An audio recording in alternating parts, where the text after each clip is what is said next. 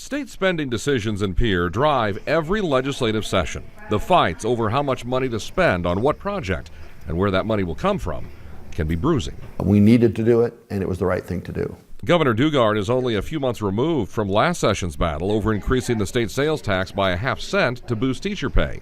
And as he looks ahead to the coming session and spending money, he says one thing is becoming clear. We just can't increase at the level we'd like to. As with every legislative session, the big challenge for the governor and for all state lawmakers are going to be the financial decisions, the spending they decide to make and the spending they decline to make.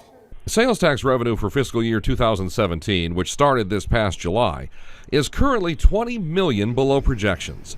Daugaard anticipates a meager 1% increase in state spending compared to last year, but he says a 1% increase is better than having to make cuts. But why are tax revenues so low? One of those reasons certainly is the increased online buying that South Dakotans are doing from vendors who don't have a presence in South Dakota and therefore don't have to collect sales tax on those purchases. The state has passed a law requiring those types of online retailers to collect South Dakota sales tax, but many don't because of a 1992 U.S. Supreme Court ruling saying they don't have to. Those conflicting regulations are being battled out in court. In the meantime, the best the state can do is ask online retailers to go along with their state law. Just in the last year, we've convinced 100 such payers.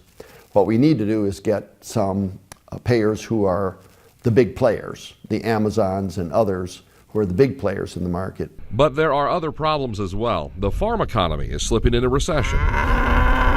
Noted economist Ernie Goss warned about this in an interview with KSFY 2 months ago. There are parts of our economy right now that are in a recession. That would be agriculture and those industries related to it. The rest of the economy is relatively strong, but the ag economy, because of low commodity and livestock prices, is dragging a little bit on us. The governor acknowledges the farm economy sector has slowed down quite a bit in South Dakota, but notes the state's work to diversify the economy in the areas of manufacturing, service, retail, and healthcare helps blunt that blow just a bit. So it's a factor, but it isn't the end-all or be-all of sales tax growth. But as we sit on the edge of a new session, the governor says last session's tax increase fight over teacher pay shows sometimes taxes need to go up if progress is going to be made. No one likes to raise taxes, and many who were opposed felt we should try to find the means to bring these significant raises without raising taxes.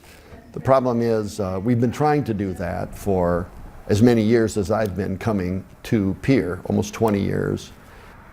During my interview with the governor, I also took a moment to ask him if he has any future political ambitions once his term expires in 2018.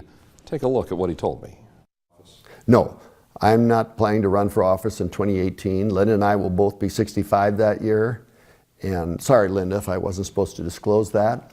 But we're both looking forward to retiring and spending more time with our grandchildren